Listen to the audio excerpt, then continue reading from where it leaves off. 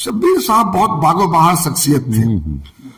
एक वाक्य और भी बताते चले सलीम निहाली के हवाले से कि सलीम निहाली साहब, हम लोग बिहार एक प्रोग्राम में शरीक थे, तो सलीम भाई सुबह नाश्ते के बाद वो जो शब्बीर साहब के मुतालिक बताए हमसे कि क्या बताएं आजमी साहब, मेरे बचपने का दौर जिस वक्त मासी हालत बहुत खस्ता, बहुत गुर्बती में हम लोग पले बढ़े, और मेरी ख्वाहिश थी कि भाई हम सफारी बनाएंगे ईद का।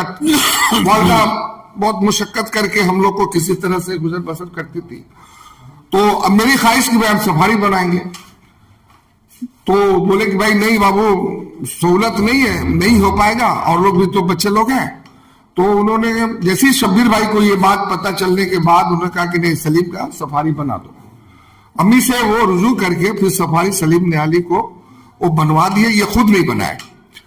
बाद में जब सलीम निहाली को जब ये बात पता चली कि भाई बड़े भाई मतलब वो नहीं बनाए, और उसके बाद वो बोलते बोलते रोने लगे और बोले मैं तमाम अपनी उम्र भर भाई को सफारी सूट पहनाता रहूं, मैं वो हक अदा नहीं कर सकता जो हमको वो बचपने में शब्बीर साहब ने जो अपनी कुर्बानी दे करके मुझे सफारी पहना।